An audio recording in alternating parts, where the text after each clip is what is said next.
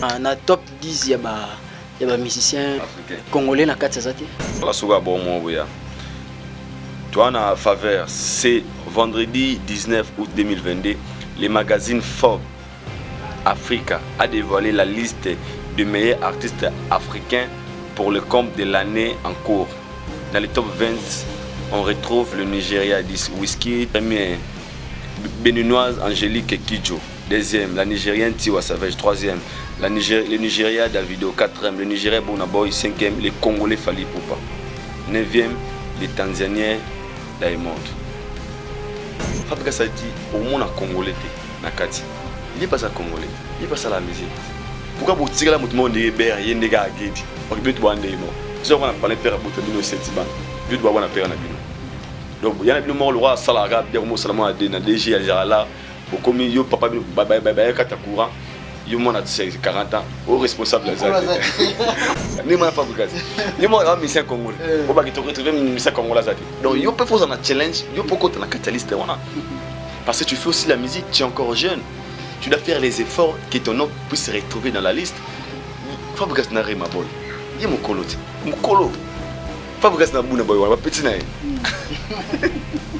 Ma vidéo. Ma petit naïe. Ce que autant ma vidéo, il n'est pas ça congolais. Il doit faire les efforts. Il y a un congolais. Travailler pour soi-même. Ça là le défi entre yo na yo. Bandako bumbisa yo na yo. Le bas carrière dans les alaki awa. Est-ce qu'il n'a commis côté nini? Ça là va pour relever bas défi. Yo mo baki. L'homme peut à la fière baki. Les noms de Fabrica se retrouvent dans la liste D. Toutes ces recherches gars on dirait tout le monde a obligé à défendre biso au bonisa biso. Non. Même lui son nom doit se retrouver là-bas. Il fallait aller la wifi sans code. Donc faut utiliser Sosa Maele pour coder à monter. Alors c'est là où il a compris les systèmes logés et il est là. Et puis aujourd'hui nous parlons de CLO sur l'année libre. Les gens parlent de CLO 80%, c'est parce que bah les gars yo fingi Fally yo sali boué. Donc le nom de Fally et comment on coller puis dans le description de Fally comment on bend d'ailleurs est indiqué quelque part. Charlie Prince ayoka maide na kati ya voiture balaki na fille moko boye et après aleka na bémission moko boye ameka ko démentir yango ti esimbaki te ekole kaka. Je pense que Charlie Prince déjà à la base as un journaliste. Un chroniqueur musical, tu es censé vous à la mire à la matière. Donc ton album bimi pour aussi la critique tout analyse non bien, il faut zapper un coup de oyeba. Donc c'est que tout ça c'est peut-être tout le monde qui a une vidéo na singa parce que na mona normal, mais na mona ga beta comme na niveau ko wangana pour faire qui plaisir. Singa na bona ora nzembo faire. Nzembo c'est mon préféré à faire. Litanga muezanga maka jamais n'espace dans les vides Vitali Kando mais singa na nzembo faire boy na TV na maginda boy monsieur batina na page boy il doit nzembo faire maman ezaki ngate montage batrekinga ezingala ngala tabongo il n'est pas mon ennemi parce qu'on a babiso na bango batasa bo sala pas moto na bango na sala pas moto Thomas Babenga c'est qu'il travaille là-bas on peut dire ça. Donc c'est que vous avez faux fouiller mon pan biso que bino bo sala ko ba futara bino entre biso na bango ba futara ki. Faut comprendre que bande ko na biso sala ba analyse ya haine ya mutema be. Ya on bazaka ba difficulté ko la c'est à côté malamu, côté positif au artiste au sala.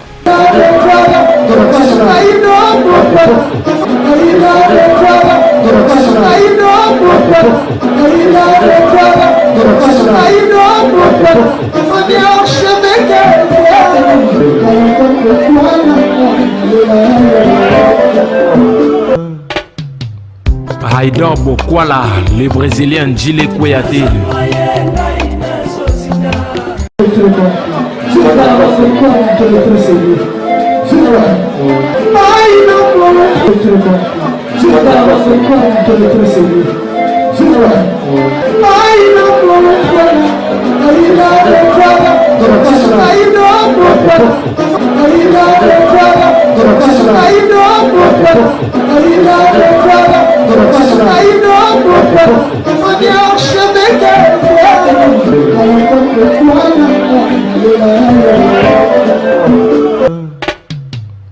Haïdor Bokwala, le Brésilien. Bonjour chers internautes et bienvenue dans votre émission Correct News, présentée par moi Kistimi Correct. J'ai le réel plaisir et que vous ayez bilan net moment la chaîne Abino Bolinga Mingi Haïdor Media TV. Quand on a 5 ans, on a joué en tout cas, vous incitez à s'abonner, à commenter, à liker, à partager. Tout ça, on a vraiment besoin. Quand on met ça, on a coupé l'information solo, l'émission est correct news. L'information est belé. Tout ça, tu as bengi biso, vous avez analysé, vous avez en tout cas. Tu as vraiment excuse pour moi, suite ezaki ya ba mabele mais lelo tozongeli bino lisusu po to meka un peu ko rattraper ba information nyonso o elekaki tozalaki te bino bobo mesalonde boyebi déjà que tozalaka na Aïdor Bokwala les brésiliens na kombole moi bakse ya ba mambo ba vérité boye moko opesa bisongo ce qui toza déjà même langage na Montréal aujourd'hui futur okoki déjà ko fongola po te ba ko solola na ndeko Aïdor Bokwala. Bonjour. Gizmi correct, bonjour à toi frérot, bonjour à l'internaute, nous sommes à Labiso, nous sommes à Rara, tout ça qui est un peu absent, tout ça qui est moi déplacement, et puis vie ma rebelle technique, ça là qui est tout très présenté. D'abord je pose cette occasion et on ça merci Nanzambe, c'est grâce à lui de abattre les biso, tout musika, et bikara kozonga pe na biso, voilà j'ai pas vu ba kinda ba ça ba crash, ba kinda ba zonga pété. Aider à protéger Bisso, à passer Bisso encore vie. Et puis merci comme ça à mon sponsor officiel, Regiel Group Investing. Et je pense que Mingi, Barane Komituna, Aïdor, je pense, na mon réseaux sociaux belé, Aïdor, Batindi Poto, Aïdor, Fali, oui. Na un voyage à Pototé, na Dubaï, na compte à Regiel Group Investing. Tourner quoi entretenir la relation à Bisso entre Regiel Group Investing et des Fest Group. Parce que Regiel Group Investing tous avant tout ça business ba dans biso autre boisson dans comme millionnaire na agriculture vous en a terrain na Kinkoli na Maluku tous ça on a to balola mabele to loner libino alors tout ça qu'on un peu vision de faire des choses tout ce qu'on a logistique na bateau balinga ba s'investir pas investir pe na Dubaï ou on a pour ça somba appartement toi somba hôtel à Koko Kenya des Fest Group à Tsembo on a angé après une année 2 ans une année où on a revenu donc bato belé banginda na coopération et on tourne on a face à face na manager il y a des Fest Group na numéro 1 il y a Regiel Group Investing na za qui bona tu entretenir ba relation bien to signer ba contrat na bango et tourner partenaire na des Fest Group il y a un bitima ya voyage na nga absence na nga peut-être na kitsa ça y ba séjour ici nango et na zongi na nga na ki voyage mo hotel wa ndimo na bande na biswalité ya kanda ozokende ko senga parce que nous avons un rapport trop. Bakenda kuna kosenga soni donc c'est là les athées hôtel les athées on a là jour na la jour moko est-ce que le rwanda ngai déranger nga il y a ba congolais so voyager pour voir un objectif pour voyager to kuma fazer ibana mboka et ça nous honore pas ba rapport au jukuna na Dubaï kuneza ke lité ya kandata makendaki abandai ko senga trop un mendiant. Bon bah tu vas me marquer kuna ba réserver ba tu habité wana ba vous avez ba réserver ba mimi ni sima mamla mayo ko misano wana viona au sengame moi je l'équipe bien parce que déjà de départ na zaki avion wana fait rigola wana kutu moi lingo ça peut kutu comme question mais le quoi on anticiper biso problème là il y avait wana fait rigola et pour la Guinée na Addis Abeba et puis na Dubaï tant tout ça là na migration tous les gars à mon qui malheureusement c'est clair tout de suite on s'est laté il dit gars l'avion il y a beaucoup de voyages j'étais monde à occuper Hollande ou les canaux Hollande tu vas moteur néné il y a un seul qui tout coûte à la tête et causons on a ngabou avant kende un jour avant na goûté na Célio na Dubaï tu na Célio na Dubaï on a assisté à une conférence de presse na et tout ça la penza on na Célio vous avez bien la TV ngana Charlie Poinstin mais on dirait le beaucoup là l'esprit mon en fait oui vraiment ming ba remarquer communication en est un peu différent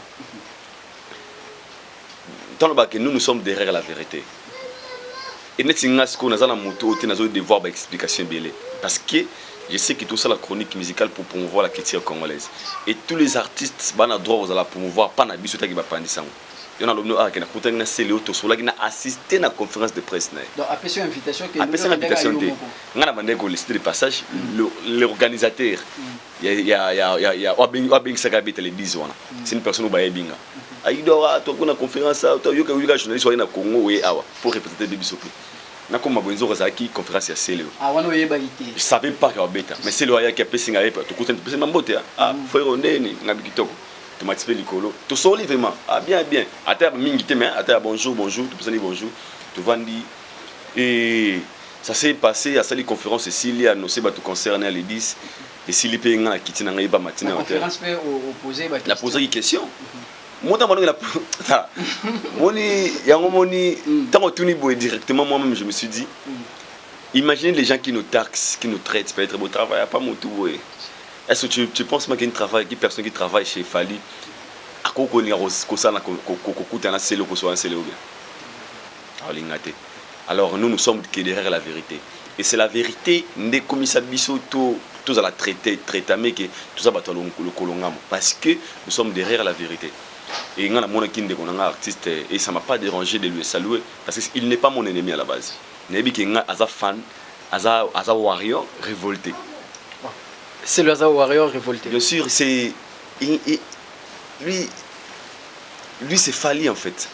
S'il est ce qu'il est, c'est parce qu'il a compris le système de G. On appelle ça par exemple une bande de cérémonie, il fallait aller au Wi-Fi sans code. Donc il faut utiliser Sosa Maele pour code à monter. Continuer à utiliser le on a accès libre. Pour tant qu'on va code de sécurité, ou risquer téléphone comme on ça la méga. Alors c'est là où il a compris le système de G et il est là. Et puis aujourd'hui nous parlons de CLO sur l'année libre. Les gens parlent de CLO 80%, c'est parce que les gars, yo fingi Fali, yo sali boué. Donc le nom de Fali et comment vous coller, puis dans le description de Fali, comment vous bendayer est indiqué quelque part. En quelque sorte, Fali pour pas faire ça c'est le éclairage. Je peux dire oui, à quelque sorte t'es meilleur. En quelque sorte c'était yango. Fali ça c'est le. Même maintenant toi conscient, toutes les publications de CLO sur ses pages officielles, son Instagram, son Facebook, sa page Facebook. Surtout au Fingara, au moins plus de 5000 commentaires. Mais au WhatsApp, on a au moins 20, 30, 40. Donc ça veut dire qu'il bénéficie plus de la lumière côté Fali. Mais sinon, à la base, il y a des business. Et la vie, c'est comme ça. Lorsque tu es intelligent, il faut que c'est une opportunité. On dit ah, je la côté, on a couru pour ça, mais il y a un sima oyo, ne soit pas. Donc moi, on a condamné 100% côté en été. Mais bilan tout bozaka un peu na Fali pour pas. Fallait déranger que t'es na mambo c'est le salarié. Non parce que moi je sais qu'il fallait il est conscient la lumière qu'il a a obligé au Kaboulan pas battu. À d'une manière normale ou bien d'une manière agressive. Alors j'ai bateau on a dit d'une manière normale tout le monde a gaz ma ouais c'est bien d'abord en plus oh monsieur bazar faut pas profiter na en fait. Bana choiter. Bana choiter il faut pas ça on a même la violence. Faut pas salara wana. Et il y a beaucoup de gens au bassin assez en violence, ça va exister caca. Et moi je pense qu'il doit accepter cela. Parce que à sa lumière, pour l'instant, monte nos épées là, lumière n'est pas là. Donc à Roban Opi mais la rabatou, n'amu énergie. Parce que Nzambe Mtapese, lui aussi il est obligé de le partager na bateau, on mérite pas on peut pas mériter pas ça monter la violence. Et na coûte la Guinée déranger parce que mon avis, dans ce sens anticipé de la Charlie Prince.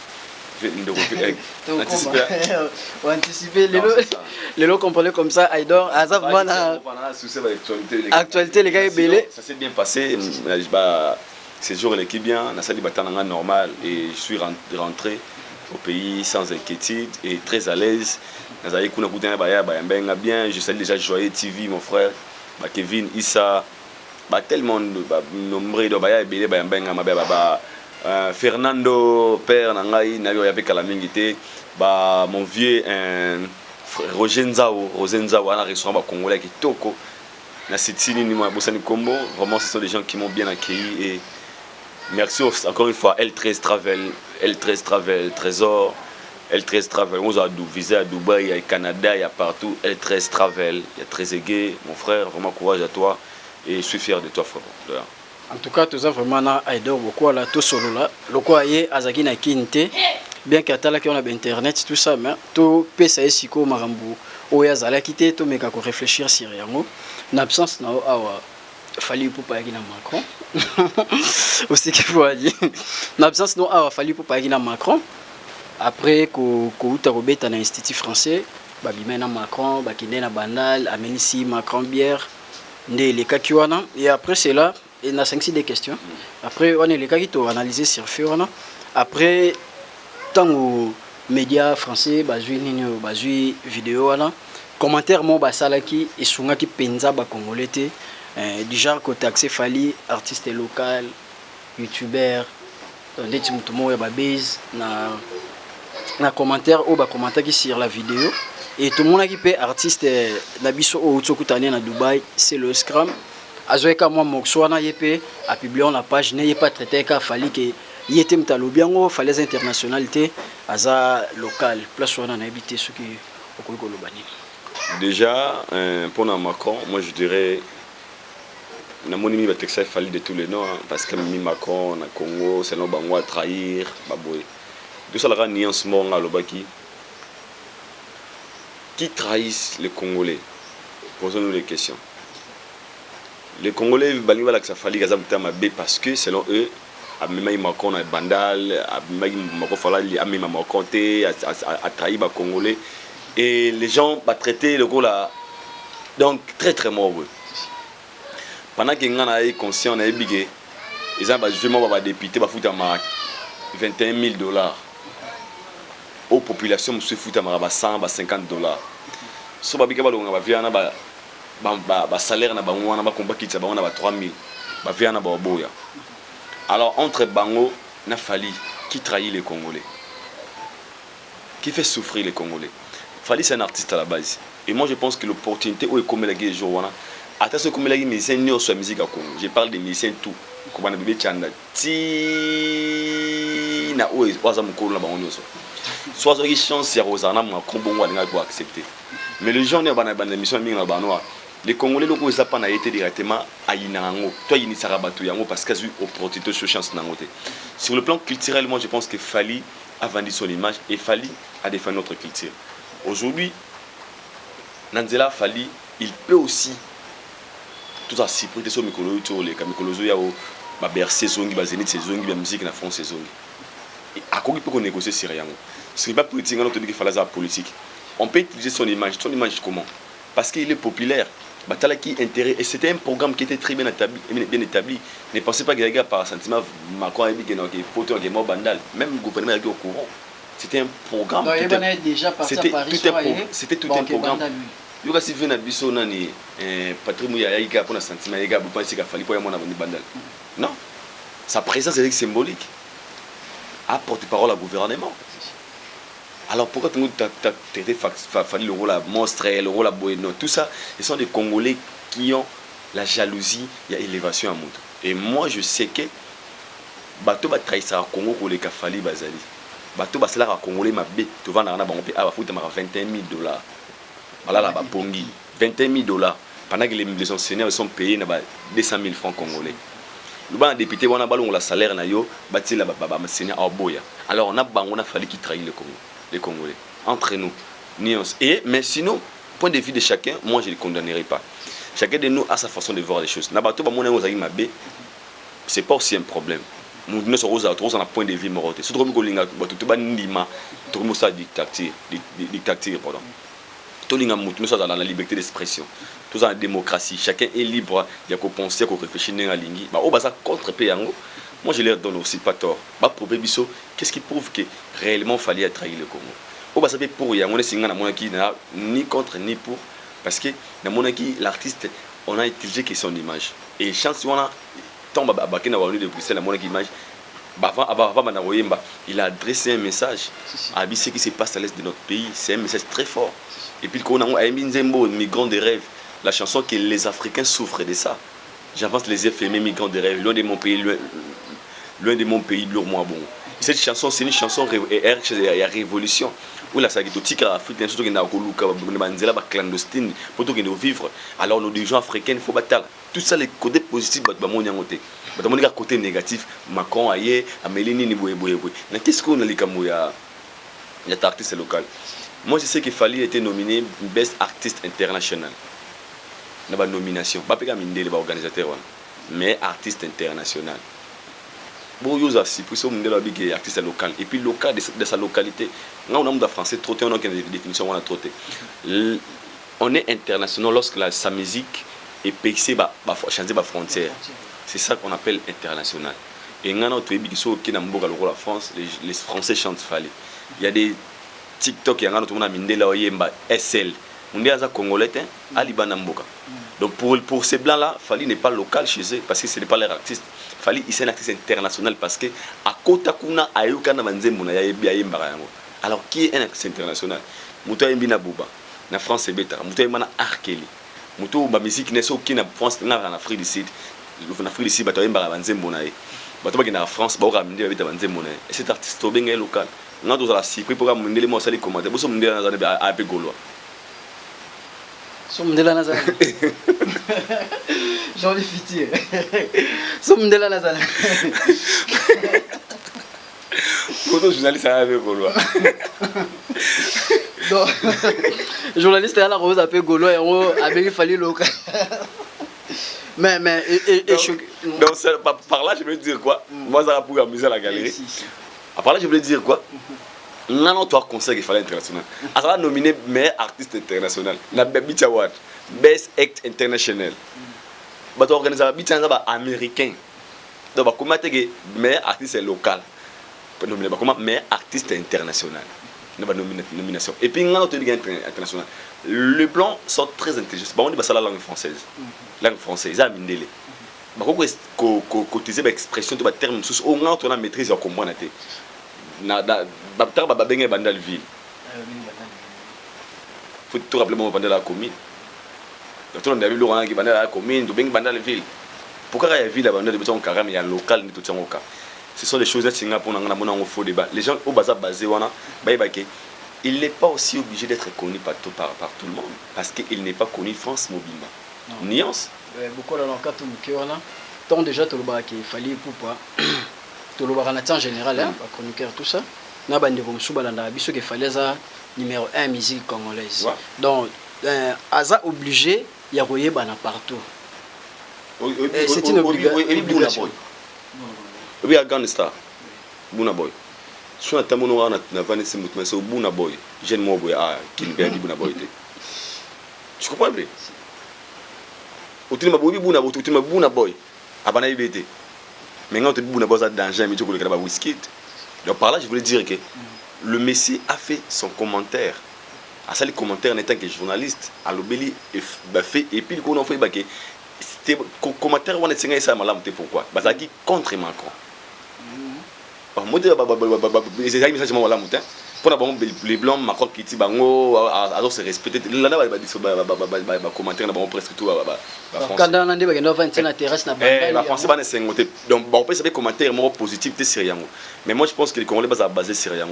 Hasard local ou pas, posons la question. La personne qui lui a choisi, c'est le président de France.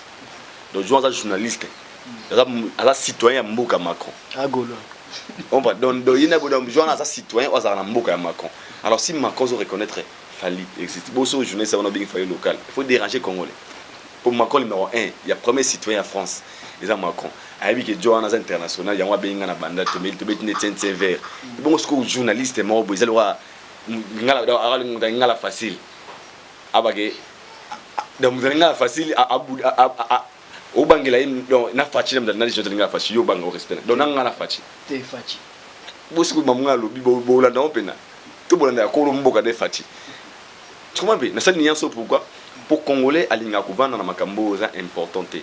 Oza important, Congolais revalorisons. Tout ça va débat qui tirait ba. Qu'est-ce qui a mené Macron ici, sa présence?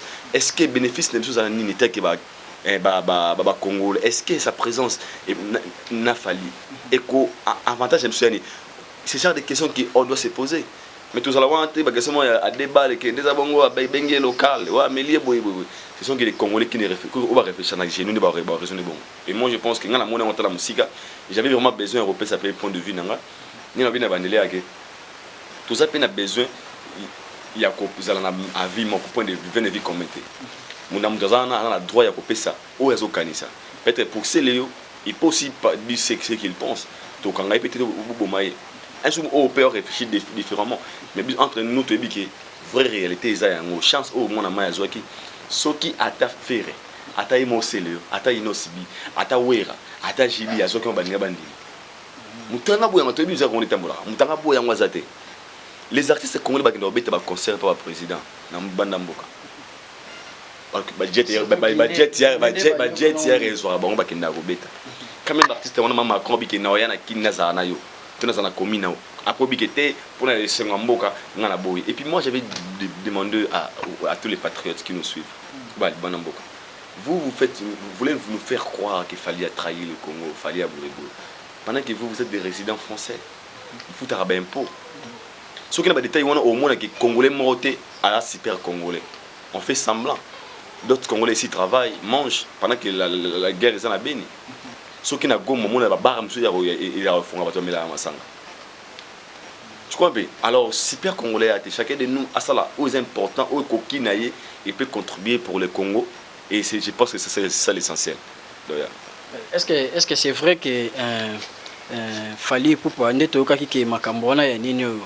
Nde batambulaki na Macron bit penza pe ya Fally Ipupa ezaki par rapport ya osenga aide pona bandeko baza kuna na Goma tokaki somme moko ya 34 millions de dollars fallait na Kini. Ah, est-ce que c'est vrai? Et il fallait à ça la cagnotte. C'est série à confinement. Et c'est parmi des artistes congolais dans un souci pe ya population et surtout mingi ya Goma. On a cagnotte ça la série ba finga écoute yo Kongo la mbongo ba tsara bala pour soutenir bandeko ya Goma. Et moi je suis sûr et certain que eloko wana sala ki yango et ça qui n'a intérêt moi pour na bandeko wana parce que c'est une personne oyo ayebi imagine eza makasi à niveau Afrique et à quoi profiter na yango ya ko saela biso Congo tabo saela biso on t'a dit discours patrimoine qui nous a expliqué abi et le ronin au venir mais biso au avantage au fallait y nango après comme Macron et c'est ça ce qui montre que à patriote congolais et moi je suis sûr certain de le but wana eza vrai. Et dans Zéland, il y a quelque chose dans le cannabis. C'est pas aussi mal. Et moi, je sais que le Messie, comme c'est son temps, tu peux essayer la chance. Tu peux chance, père. Tu peux essayer chance, comprenez comme ça, tu transpirer, courant, donc, tu transpirer, tenir vraiment. Regardez pour te dire que beaucoup de commentaires donc tout ça donc c'est tout à fait normal en absence nous awa tout le monde est makambo bardé awa Charlie Prince pour te peu temps komboni awa yango il rappeler ngapi makambo mbamo Charlie Prince ayo kamede na kata voiture bazaki na fille mo boye et après aleka na bimission mo boye ameka ko démentir ngo ti esimbagité écolé kaka na la fille bazaki ne aleka ki na la fille kutu a témoigné que Charlie Prince alinga mingi de la reta donc yekutu nde ayemba ngo ya tembe lo balini pas mutu mo attaque ça Fally ba monotonie ba onyo ça attaque ça Fally mais or que na ndinga kuku asala ne ba challenge la banzembo Fally Ipupa. Alors ce qu'il faut comprendre c'est que lorsqu'on est congolais aux humains on peut échapper à ma société. On va même pasteur au bakalinga musique mukilité ko lande pe na fête. Ko lande pe na veni na kasa kara tambola boy. Ko lande pe na télévision. Alors tout me resala sembla té ton toba vivant qui lo bona sala ngote na mona raté boy non. Genre ma biganga na bona na ko tata basima basité. Rolinga no ngote me vani boy leki. Muspe mono ata par hasard. Déjà au moni yango. Alors tout le monde tout ma super imité ba sembla mo ezangatina. À la base Charlie Prince est un Congolais ou avant na kana Congo na Kinshasa. Atambola na mutuka akenda pe bar. Donc alinga te akoyo kaka banzembo Fally. Alinga là c'est une obligation parce que la nature peut lui imposer ça, la réalité. Et imposer on a TV et ko imposer on tango tala bande ko na ba bwana na bota TV bu batango et ko imposer o matina kata karamaster mo balinga ngo tango et ko imposer o tata FM bu batango et ko imposer en fait parce que l'artiste joue partout en fait et on a osara passer yake trop mal à niveau ya ko sala ba ignoranté son nation na banzemba faire était na maman aventurer et non sibina maman aventurer ya wera na maman aventurer pourquoi fone ba banzembo na bango lobaka bato babakinga ka muzika mukilité de ba robeta ba so sembla ata ba ngomba même le pasteur et ba pasteur ba médé ba pasteur ba bible de la renta ba pasteur un homme de parce que au gros ça semble mais une réalité et quoi accrocher au coup talent quelque part. Alors moi je pense que Charlie Prince c'est déjà à la base as un journaliste un chroniqueur musical, tu es censé que la mire à la matière. Donc, tant album bimi, pour aussi la critique, tu analyse bien, il faut zapper un écoute na yango. Oyeba. Donc, c'est que tout ça, c'est peut-être tout le monde qui a une vidéo, on a signé parce que c'est normal, mais on a un béton comme un niveau pour faire qui plaisir. Les tingana bonora nzembo faire. Nzembo mon préféré à faire. Les tanga mouezanga makajame espace dans les vides vitali kando. Ce qui les tanga ko ili kolona mapata destination nango toujours na mabele destination nanga ya moureza pana yo na mikabinto tona bobimba. Vitadik atabatsaka ngate na molongwa banzete na jardin kasinga na zanzete ya manga na kobotela yo bambo moye ah le padre. Quel le problème t'es? Panan. Alors, vous comprenez tout ça derrière la vérité. Et puis, comment ça fait mal? Et puis, comment ça fait trop mal de dénigrer ou de minimiser l'œuvre de l'artiste de votre pays?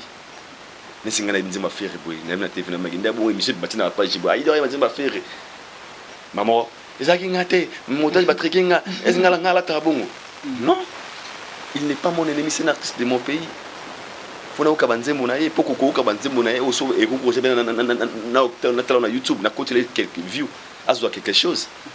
Il n'est pas mon ennemi. Parce qu'on a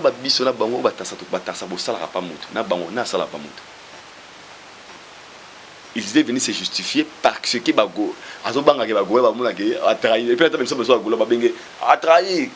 c'est quoi la trahison? Même petit le Gaulois,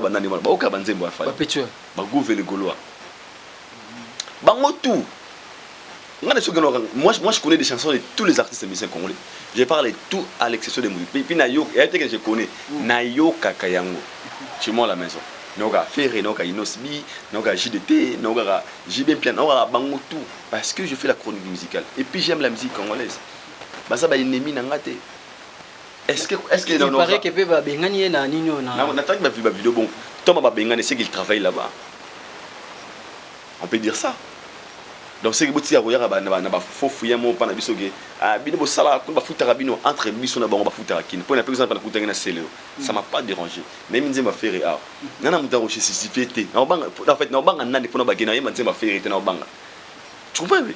C'est une star de mon pays, c'est un artiste, il chante bien et ça me gêne pas de venir parler à bon bah Efrena bien bien de ça là et ça il faut comprendre que bande ko na ça là analyse il y a haine il y a muta mabe. Il y a une difficulté à côté malamu, côté positif au artiste au sala. Voilà, c'est un bon côté. Ok, a fallu faire ceci. Tu verras aucun jour. Bah j'ai ni wana, na ba chali point na TV ba mamege. Fallu des abongo, bon fallu que c'est obeta. Bon ça langote. Et pourquoi? Parce que bah ça en liboso mamunioso. Alors on n'est pas des ennemis. Et moi j'étais très choqué parce que na moi qui ami wangani. Netinga ko maniba ami wangani. Ozaki ngate. Ami wangani. Entre nous, tout le monde le sait. Médée, c'est parmi les meilleures chansons actuellement na Congo na bisoa. Pour tous les Congolais, la chanson Médée, ils ont les lisanna bateau ma mère m'a fait la bande tout le monde a chaîne na TikTok. Charlie passe na TikTok. Il a des enfants, il aura la bande mikolo à basi. Avec la famille. Attends la bastatia bateau. Alors ils ont envoyé ba Médée indéni. Ah maman, ma vie toujours compliquée. De bokena na za moto te. Nzema bongo yo ba manke va na Congo ba koyi bien monter. Pasteur Moïse Mbia bien go. De laisser bien go pasteur Marcelo est bien go a passer bébé est bien go pas parce qu'ils sont des saints parce que écoute la bon na libaku ata beaucoup quand mais dans les réseaux sociaux ana ba Facebook page à Girac ba azanango après na Facebook ata na ba Twitter na Instagram écoute là ata na TikTok ata la rappel télévision c'est pourquoi au comment niveau au yoga sous pour Nzembo Médée est-ce que ça te au moins ce niveau mutamtena cacho. Donc comme un niveau sentiment les tu comme un niveau que pour na baba mba bato e bango comme mama ke côté na toilette au tema yo monzi maboma pardon boyo kama ouais ah maman aussi c'est bobimi sentiment les qui na ke na bar bobeta mabeta nzembo ba bizorbi yanga bor e beta mabinga ido na vanda te na hôtel mana boîte ah qu'il faut endene parce que je dois à personne les explications. Mais bah Charlie Prince, on a vite compris que c'est eux qui travaillent chez le mobile, entre Bissona Bango. Moi je donne cet exemple, entre Bissona Bango. Et d'autres vont au normal, ils ont peut-être évolué aussi protégé ici comment on lire à quoi malheureusement ça s'est mal passé na moi bande ba olinga TV ba monega trahi et pour notre ba monega trahi wana même vous-même boka banzembo wana chez vous à la maison même vous-même boka banzembo wana ba nda kuna ba parler na bino pour ba fan na banzembo wana après vous voulez faire semblant comme si boza ya monte non ce sont des artistes congolais na personne fongolo de l'Euromob ngana va matina avion na Kenya na Ethiopia Airways na oranzembo faire dynastie na 4 avions n'écoutez nanga bana mataki tina kitaki na yo na to inanga ça m'a gêné à rien, ça m'a dérangé à rien. C'est une star de mon pays. Na kutani nango il baku na oki na pe. Na loba na télévision ti. Dans beti na playlist na playlist ko. Na oki ma pa na beti pa na oki banzemba na oki na durant na nzembo ina inosibi. Na china matoyi. Na oki ma ba yuma vida kala. Olingango. Ah, ba je ya mwazi na yo akoma so bondo. Ayuma vida kala. Mais batum suba ba na nzembo wana ba pesa message à bien tembulo soki na zumbongo te na osento nanko et ouais ya ba texte mo déjà ba texte na za texte mo ya yesengo te c'est des textes où ils éducatifs te mais j'aime le beat mais soki na dernier décortiquer texte ba olinga ba yina nzembo na pamba alors on olinga na sala bon bien sûr que oui les messages n'est pas été bon mbulo soki na suite na osento mbulo c'est quoi les messages en fait maintenant comment on monte ça te que wa ido bino boye bon na décortiquer na ngote na tiki na mais na yokaki yango et ça m'a pas dérangé quoi donc biso so ba chara bato boye faut pas to banga biso ba niveau vérité on est ba taxer la biso mam na lo ba monsieur fait lekila et ça fait reso na pa bato ne o ba bata ça biso de na faire ba ah ya yo ba ba biso ba bato be bana be small ba monstre parce que je suis sûr et je me condamne de rien que je ne faire n'est pas mon adversaire c'est une star de mon pays. Et Fali aussi également, qui fait la fierté de la musique congolaise. Bah Charlie Prince, vous avez fier, il y a Fali. Donc, si vous avez CP là. Faut CP là. Bien sûr que oui. Pour là, ça va tout que un autre naître. Et là, ça va tout que bon. Donc, si on a non, quand tu es c'est une belle chanson. Il y a une crédibilité, il y a une valeur. Mon il a tout perdu. À ça, les émissions sont là. Avant de na traité pas mon colo bon pena azo banga fo n'est-ce que comprendre mais toi bina filé une star comme bina filé obi ba nanga ba warrior ba dinga ka fadi ba dinga ngate ou même ma grandeur d'esprit pourquoi tout ça l'assemble na tala di Stone abi na nzembo ya Daju abi na nzembo ya Fali na mona fait Robina nzembo ya Fali mo ba comment finga pourquoi la bloqué comment finga ngana mona ya Keina mon afali abi na nzembo inosibi mais c'est normal tout ça l'assemblée en fait on ça assemblée même les artistes ba yo entre eux alors pourquoi ce ngana yana ba se justifier on est là qui me paye et qui me je dois à qui en fait pour comment niveau ya wangana mission nga mboka likona ngo nzembo lizo nga nzembo medei pardon boka mawa MSP ya wana ndo bondi la pete ba ile pembele wana aux envois alors mais sinon ça fait trop mal bah toi comprendre bah toi mon ande la vérité boy mon na banane nde basala pas bato banane basala analyse la vérité na ba basala mamba likuta donc na mpese ga conseil à rejoindre quand en vérité.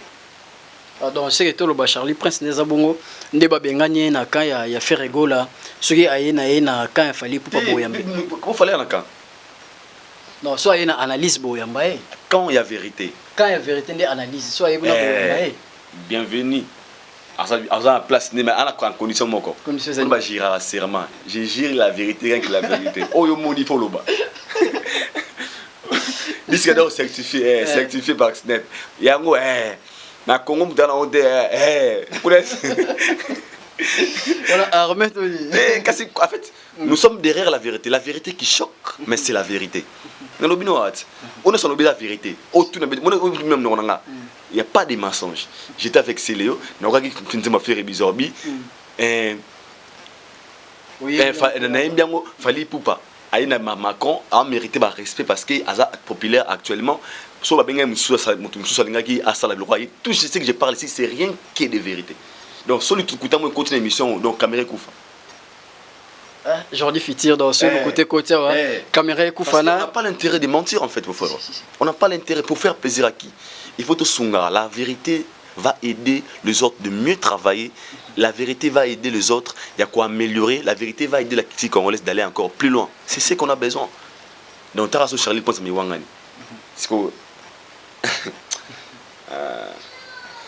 to avancer na biso poto conclure na biso na makambo ya nani ya Charlie Prince awa interview mo bopeto ko joyer nani Charlie Prince alobi ke mutaza difficile ya recevoir na plateau izalaka nani faire gola mutaza facile izalaka fali pupa pour les autres ba meki un peu kolobake Charlie Prince a au moins un résultat malamu te na ngambo ya faire gola yango abandi na ye kokumisa fali pour rejoindre na une équipe fali pupa yoko lobani par là. En fait, c'est ça la stratégie pour un monde mais on a besoin que artiste toi ça na avant pas recevoir au pesa calendrier. Mais toi l'actualité tant a bengi bo sur la nini na tenu ba question nini. Être à mon faire est difficile pour pas être faire ça na actualité trotté. Mais Fally il est beaucoup plus sollicité vie il est trop présent sur le terrain. Il y a un moment où il est facile pour à la télévision, il a des actualités à donner, il a des programmes à donner, il a des choses à parler à la télé. Oh, qui peut être facile. On a compris le concept, on est à l'obel vraiment trotté. Mais moi je pense qu'il a regagné la vérité. Si on regagné la vérité, tout a changé. A regagné la vérité, tout a changé. Il y a beaucoup de choses qui ont été sur Internet. Moi trop, il y a site, Spotify, Deezer, bloc wala nyonso. Est-ce que na top 10 il y a musiciens congolais, top 10 il y a musiciens congolais et africains plutôt congolais na kati zati? Déjà et le Rwanda na essaye Fabregas au moins lorsqu'on devient tout comme ignorant ils ont mabé. Oh yemo so sont ignorant. Ah comme ignorant makasi parce que sa communication ils a acquis na level na été. Level été pourquoi parce que acquis na esprit mo boy. Oh, tu es bien à Kala. Non, la souga bon mon boya. Toi, na faveur, c'est vendredi 19 août 2022. Le magazine Forbes Africa a dévoilé la liste des meilleurs artistes africains pour le compte de l'année en cours. Dans les top 20, on retrouve le Nigeria Wizkid de son vrai nom, Oyodele Ibrahim Bologoy. Premier, béninoise Angélique Kidjo. Deuxième, la Nigérienne Tiwa Savage. Troisième, le Nigeria Davido. Quatrième, le Nigeria Bonaboy. Cinquième, les Congolais Fally Ipupa. Neuvième, les Tanzaniens Diamond. Bon, Fally Ipupa, il y a bien Congolais, mais Fally Ipupa, c'est le quatrième. Il y a une actualité. On a dit que tant qu'il y a une vérité, on défendre et nous sommes là pour aider nos artistes. On peut se capturer, on a comme ça 50, ça liste 50 personnes les plus influentes en Afrique. On a vu les noms de Fally Ipupa. Alors tout ça c'est parce que et nous avons faute na battre pour la côté la moto. Fabregas a dit au monde en congolais na kati. Il est pas ça congolais. Il est pas ça la musique. Pourquoi vous tirez la moto monde ber yende ga gedi. OK bien tu bande mo. Ils ont parlé père Botabino Sentibana. Bien tu bande père na bino. Donc il y a bino mo le roi Salara bien mo salama ade na DG Aljarala. Beaucoup yo papa ba kata courant. Yo mon a 40 ans au responsable de ça. Oh. Bonjour, na responsable. Au Sénat parti, au responsable Zate, Mukola Zate, on a 45 ans, ni moi Fabregas. Ni moi on mission congolais. On va te retrouver mission congolais Zate. Donc yo peut faire un challenge, yo peut côté na catalyste voilà. Parce que tu fais aussi la musique, tu es encore jeune. Tu dois faire les efforts que ton nom puisse se retrouver dans la liste. Fabregas n'a rien ma boy. Il est Mukolo. Mukolo. Fabregas n'a bouna boy, va petit naï. Bah des vidéos. Va petit naï. Ça va master, ça va petit naï éviter. C'est autant la vidéo va nani kuna. Il est pas ça congolais. Il doit faire les efforts. On a bien communiqué congolais. Travailler pour soi-même. Ça là défi entre yo na yo. Banda ko bundisa yo na yo. Le ba carrière dans ezalaki awa. Est-ce que na komi côté nini? Ça là ba correlever ba défi. Yo mo ba ki lobi peto za la fière ba ki les noms de Fabregas se retrouvent dans la liste D. Toutes ces recherches quand on est tout le monde a obligé à défendre biso bundisa biso. Non. Même lui son nom doit se retrouver là-bas. Mais pour son information, il y a des Congolais, les noms des Congolais qui sont déjà retrouvés dans la liste wana plus de 4-5 fois. Il y a 20 artistes africains en 2022. 50 personnes les plus influents. Il Congolais. Pour ne pas dire Fally. Le Congolais, ce qu'on a 4 ans, c'est Fally Ipupa. Il est le seul. Alors ça doit nous déranger. Pourquoi seulement lui? faut ça la révolte à Fabregas. Alors bah que non, je dois me retrouver dans ce genre de liste. Et tant qu'artiste, et tant que jeune, j'ai encore de l'énergie et je travaille. Pourquoi pas aussi que mon nom puisse se retrouver dans la Katiwana. Au lieu de il y a le baraza boy. Tant il y a le barawana, bien pour mettre la musique. Et ça, on a ça, il fait ça que ça danger. Fait ça, tu lis au point où ça boy. Attends, on ça l'émission. Oh, on a fait ça rapide. On a ça, on s'est fait ça pas à la télé. Franck c'était mal à la télé. Ça a été bah on a comme ça, on a bon. Tout le monde comme Franck Tiwana. Et tout le monde comme Vincent. Oh, boy on me la voit. Yo pose ali, on a Cooks. Comme toi, tu dois aussi travailler pour que ton nom puisse se retrouver dans ce genre de choses. Et on a appelé ça conseil à bosser, à travailler. Le Congo n'a pas besoin de fertilité. Les Congolais ont besoin des gens qui travaillent. On a moni, il a taxé les analystes de tous les noms. Bino, Bolobelaka, boy. Bakonisima Moutou. Désolé, on a pas frappé gas. Azala, papa, il y a des Karine Mokonzi. Si Karine abenga koko da finga bakoko dia nzombo bakoko batantini na Fanny ça pire petit Fabregas. C'est lui qui lui paye la maison. Qui ne connaît pas ça? Bobo c'est une histoire nyoso. Karine Mokonzi anu finga batwana moi na Fabregas à côté tina clip Karine Mokonzi la baron a finga mututu na musique ya Congo. Fabregas a bossa ni nyoso wana malelo akomo le lapé karma oh ça il bossa karma ou cela qui bosse parce que karma il y a différent où ça karma il y a vérité parce que le Congo est subit sa souffrance mort il y a le couteau par les occidentaux congolais. Fabregas veut nous attaquer parce que tout la vérité parce que ngana no baga de Fabregas des disques d'or on a ça s'explique par snap so il tembe j'ai même ma main coupée place bo bébé et puis vérité on a fait dans le bango à chaque fois les émissions baga que Fabregas aux ana disques d'or s'explique par snap so il tembe Google yango bêta. Ils ne veulent pas la vérité. Pourquoi vous voulez nous traiter que tout ça, on a un chronisme selon vous? Un chronisme peut venir à la télé pour louer l'espoir de faire rigoler. Selon vous? Un chronisme peut venir ici dire la vérité qu'il n'a pas un type de avancé bien. Tous en ont entre nous. C'est parce que les gens ne supportent pas la vérité. Sur le la vérité, comme moi, je parle de moi. Je suis sincère avec moi, avec mon esprit, avec mon âme. Je parle que de vérité. Et ces vérités, des fois, ça blesse les gens. Également lui. Il y a limite le Bamakamboune. Tant que tu fais la musique, tu Bamakambouna. Parce que tu es une star de notre pays. Au Bexabi, on a un danger, au Beta Balbom a danger, un poison, antidote. Nana, on zémono linga. Nana, on zémono linga. Fongolanga miso. La liso. Yanga bolingo soko kui. Landa ngombangu. Ekozonga te na mo pepe.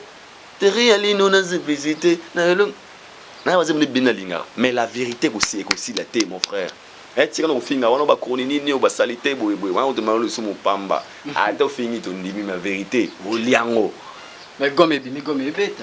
Non, gomme, non, gomme a chance. Gomme est en chance. N'a chance t'es là mort. Moi je vérité, moi je vais balinga t'es yango. Gomme est en chance. Bim na bon moment t'es. Tout ça là entre nous, la terre, le terrain est saturé. Il y a des albums aux la terrain. Il y a ma casse et aussi bien pression. Alors avant mes albums, il faut tenir compte de ma réalité belée. Entre nous. L'album est en terrain si bien pression. Ouais, former ces obéta pour le cabane. Bon, les obéta. Moi quand moi on a une émission, yango. Au moins le mutumo album mon boy et beta album nyonso mais congolais mambo yango. Yeso boyango. Mais c'est concurrence dans la loyal. La comparaison il y a science. Pas mindeli comme polémique. Avant de comparer ngano na l'équipe na pembe, faut battre la ngano avec Aïdor à l'équipe gismi na pembe. Bah ça en comparaison, ils ont injurité. N'est-ce pas comprendre? Et ça normal. Gismi dit chemise Aïdor à Tirop. Et ça bah comparer on dit que ça toi ndenge moroté. Et c'est pas l'injure. Alors pourquoi il y a des rangements avec album post OK. So qui kan ka ba musicien là. Et là chez moi comme dans Trace Africa. Attaque It's 10 It's 20.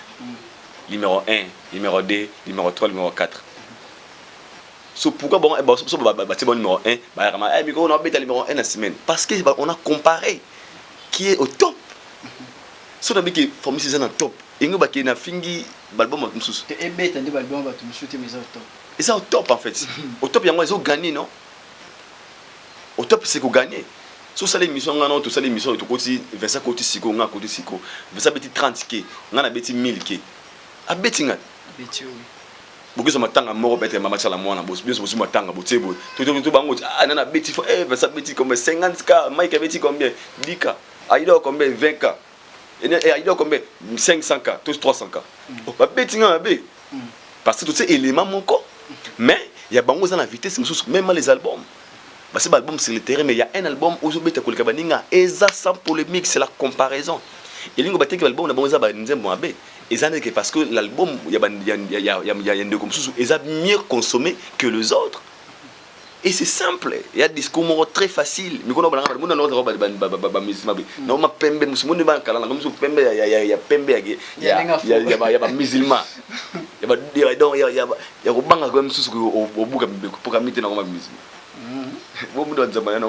normalement déjà la comprendre peut-être idée en chose à gagner quand tu as Dubaï c'est là où il y a un commentaire donc la comparaison est dérangée dans l'OET il fait bien son boulot à ta énergie le plus important qu'il travaille dire bah facilité et ça terrain ou à longueur là déjà il y avait moi ça fabriquer c'était au top t'as moi boya salimo baisse c'est moi baisse terrain la communication il y a Moupi et mettre la paix avec tout le monde.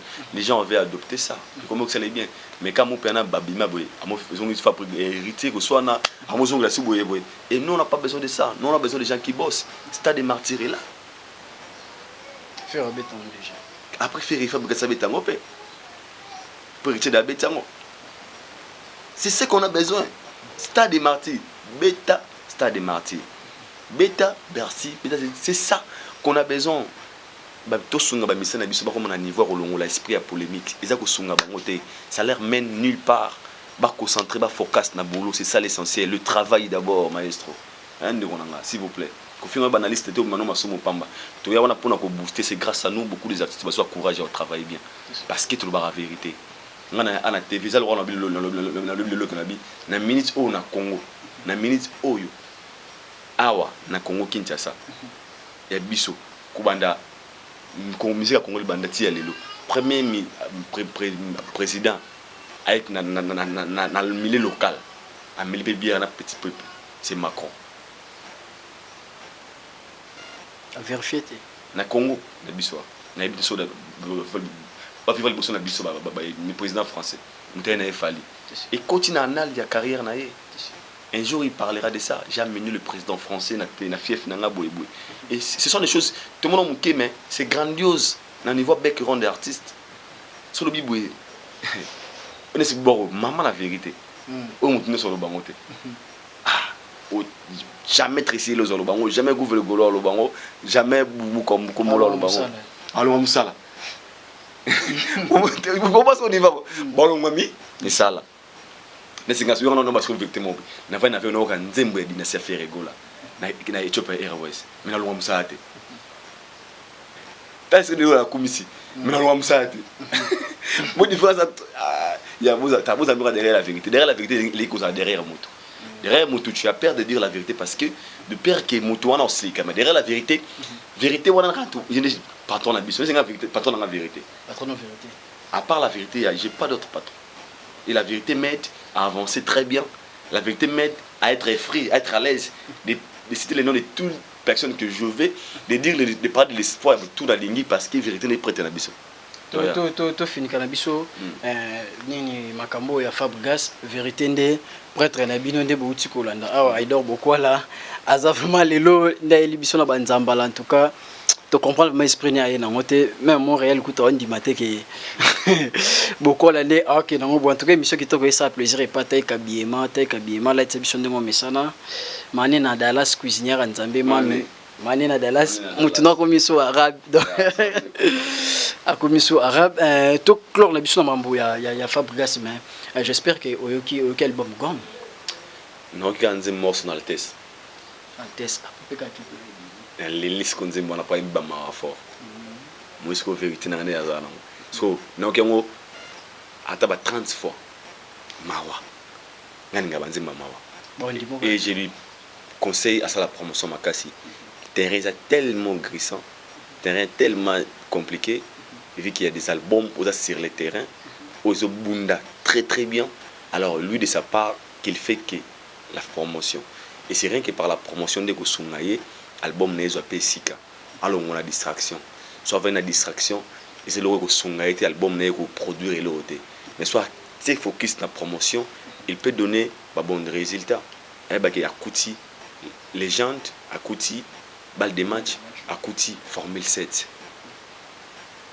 à Kouti Garli Garveille amour et moi il leur a Kouti il peut soit ailleurs sur le terrain 4 personnes on a une carte à comparaison il y a un terrain au total qui est dans les bons qui est fort qui est boué donc ce qui n'a pas attaque à la promotion et ça va lui aider alors on a pas distraction parce qu'on n'a pas besoin de ça allez chaque émission les cas attaque un album qui allait chaque émission après émission bah ça les émissions parce qu'il y a clashé mais allez après émission bah ah nzimbo les 15 oh c'est comme ça qu'on vend un album entre nous fallait banane ça formule 7 sur total émission moi celle là congolais nan émission biso ya kin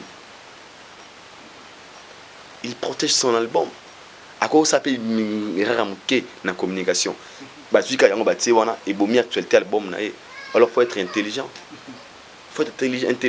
faut copier moi ba stratégie bien ba au moninga ça là c'est important na moni gan faut tenir faire go la poussi dynastie volume 2 on connaît pas des raisons mais il y a qui pour la maison de production moi je respecte il peut aussi avoir raison mais la maison de production peut barosa mayele batalin de terrain ça ah pour notre projet et pour la biso toyate bah y a pour album ozobeta album ne se robeta pe dynastie volume 2 pourquoi pas parce que dynastie déjà un problème sérieux dynastie a subir ba handicap na ba départ ba ndekolo JDT il y a ndekolo la Bill Kiton na qui perdre par Neska mikolo a so ba débat bani ba tonos au bazala qui ba ça énergie kolongo déjà des têtes d'affiche JDT na Bill Kiton ba demi-tout wana au bagi très fort très important la dynastie volume 2 ce sont eux l'image de la dynastie absence na bango ko ling et ko peut ça appelle moi handicap alors producteur autant la pété negi terrain za li vomina bomba album oza effort kitoko ya Christ na et qui n'est inapercité na c'est la moment porté na c'est la bon moment na bimisa yango ils a pas stratégie malam et moi j'ai produit un mutaboy dynastie de volume de bim donc abangi ne pega dynastie na ninga to bango ko banga mais na terme stratégique na ba assez réservé ils a le droit que non c'est mon vano wabi ba bagay ni mo sana makuna boye so beto li kofi aux $10,000 oui mabwe wana posa pa ya mbongo hôtel muto beta li kofi wana o da basu ma kofi o moni mama na mission ndi ba okata ndi ba réanimer mabwe bato ah kofi muso wana mabwe ba biti mo mabwe o mbangolongwe yo so wana wa ave piaka apela posa mbongo moyi mo bima mais vona kufa nzala dans la bonne santé au continue le pango ko tubiki ba bon on la linzala vous en bonne santé donc ne sait qu'on risquer là na nzala mais ça là la valeur na et bima na moment opportun so zandeti na tamo boy o ko proposer ba artiste ba la biso na minute ba bimisa ba album na bongo ko za attendre année mois ko za le 25 décembre 2024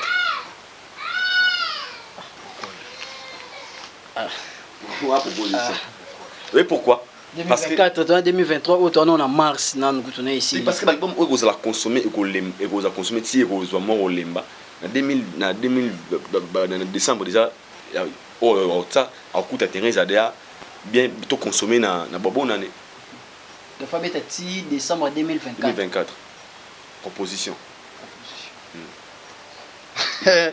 comprenez comme ça tout ça là à énorme quoi là makambo ya concert ya fali pour pas ya $300 tokomi wapi 17 on arrive à billet comme très bien et les 17 euros déjà avec bande ko tout bas à la wana Pullman pour nous soutenir fali pour pas ngalo bara il est intelligent à se profiter na temps pour y en attendre makambo ya sauter village ville énergie succès et on opé la carte pendant 30 ans 40 ans et comme attends on comme une légende a comme une king a comme une légende mais bateau bana mikina benergie sika ba oya obia aux asune énergie obeta ba Pullman des fois T4 fois T village aussi alors faut profiter dans moment naie et moi je pense qu'il profite na temps naie et nabi que le 17 on a Glim and Chic tout le monde bana pote bazoya bato partout même na Kenya et puis babina on a parce que batango et comme cher personnel billet de 300 millions pour y avoir une façon de se bilamba pour vous bien donc bah toi tu vas d'abord 700 500 pour pas compter nous les voilà et tu verras qu'il va te avoir un belé parce que c'est son temps parce qu'il a du succès parce que son étoile brille et ça cicaté Car il y a 300, nous sommes 200, 250 tonnes. Et pourquoi? Parce que son époque, son temps, moment na iso et ça. Donc tout ce qu'il fera, au moment où nous avons apesi ouverture mon pépé, au forcer sauter. Comme il y a tout, tant que blabla remonte là. Pendant que les mbabou, je viens de dire pour le moment, le moment là il a qualifié pas so biso bato to ba kema ba fi bo mama ke so ele jo ba kenta misika mutanga ndo biso bato ba kema ba fi pour au moment de ma jona ba parler ba balmana ba dégâts mais oya bo mona pour moi mnene mabuki kiti chapeau faut que c'est sauté donc tout dans ça tu regardes bien na tanga donc alati bon mais bato c'est pas là. Tu vois, tout ce qu'il fait, ça devient naturel en fait. Parce que c'est son époque. Il y a un moment où Makambo vous a la sauter. Là, je te dis, frère, il y a un moment où Makambo vous a la sauter. D'autres personnes vont bénéficier de ça. Parce que beaucoup de l'énergie, mais le rose attend, et le 17, il y a vendredi, vous a la pessimbois, mbois à boy, na Pullman, na Glam and Chic. Après Pullman, il fallait pas annoncer ce concert dans le stade Massamba Débat. Et ça a à peu près combien de 36 000 personnes, les colos, 20 000 nassés. 20 000 dans la pelouse. Il fallait pas dans Brazza. Est-ce qu'à la mesure, il y a rempli le stade? Les gens ont été Congo Brazza, na Aouzel Roy le Romo. On a mon concert, il y a Martyr, il y a Brazza, il y a concert. Et c'est un coup parce que il y a Brazza la chance dans un concert il y a démonstration à Formule 7 au Batando Kin Bazorate et j'ai confiance en lui parce que c'est son temps. J'ai confiance en lui parce que on a mon film bandom ti bagna ba plein de stade aux États-Unis. Alors aux escato balingala et Brazza awa toi le voyer le romo. Et on a mon sa pesca bonus na bandera Brazza ba rataka concert il y a Martyr va vivre en live petit peuple pour falloir temps parce qu'on a bêta ami va concert il y a vieille et puis bani la petite chance de petit peuple qu'on bêta au concert dans stade et moi je pense que il est temps pour nous de profiter na ba monter comme là parce qu'à un moment ils a raté bandelo on a tina donc ndaza bongo faut abeta beta bilo pas après 30 ans 40 ans à Olemba nous autres énergie à sauter donc Brazza on a vu que trop ça bandera Brazza to ya wan déjà depuis après à début mai tozawana pendant 2 semaines 3 semaines tozawana de la Brazza pour na ko ba promotion ko ba pobira biso ba kila retourner sa stade est-ce que tu vandi demain Martyr ça résultat donc bonne chance à l'artiste Fally Ipupa et que le maire naïbi qui a recevoir bande de côté naïbi qui retourne d'appel on a bâti primero abordable puis faciliter bande de commune ba meka ko pour ba soutenir donc c'est ça ouais et donc quoi là comme na biso déjà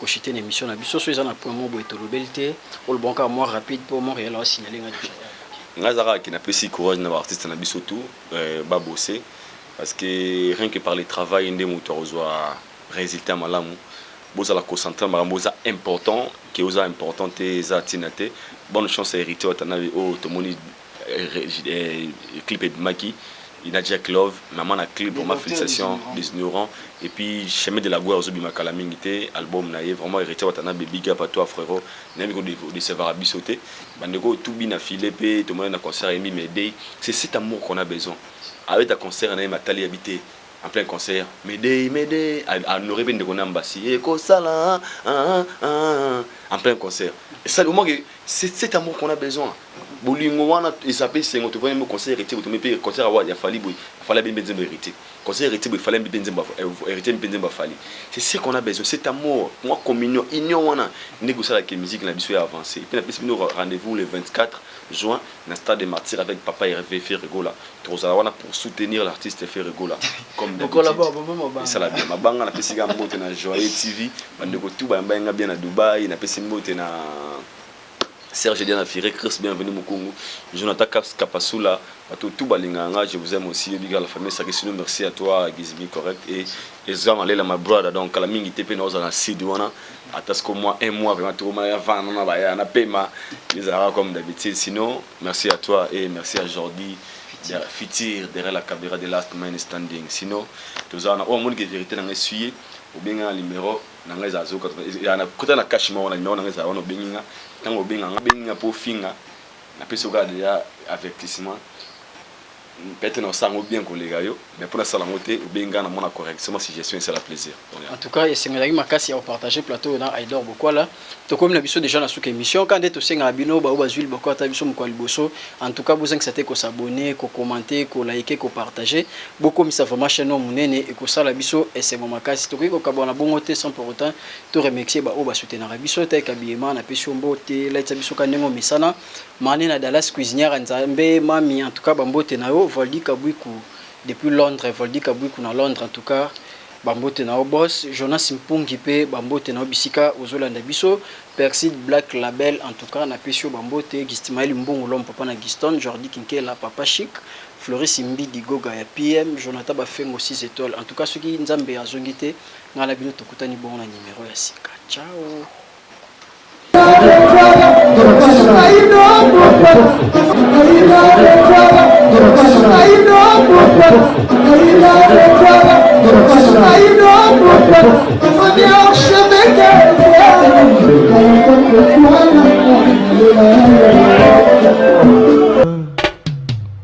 Aïdor Bokwala, le Brésilien Djile Kouyaté.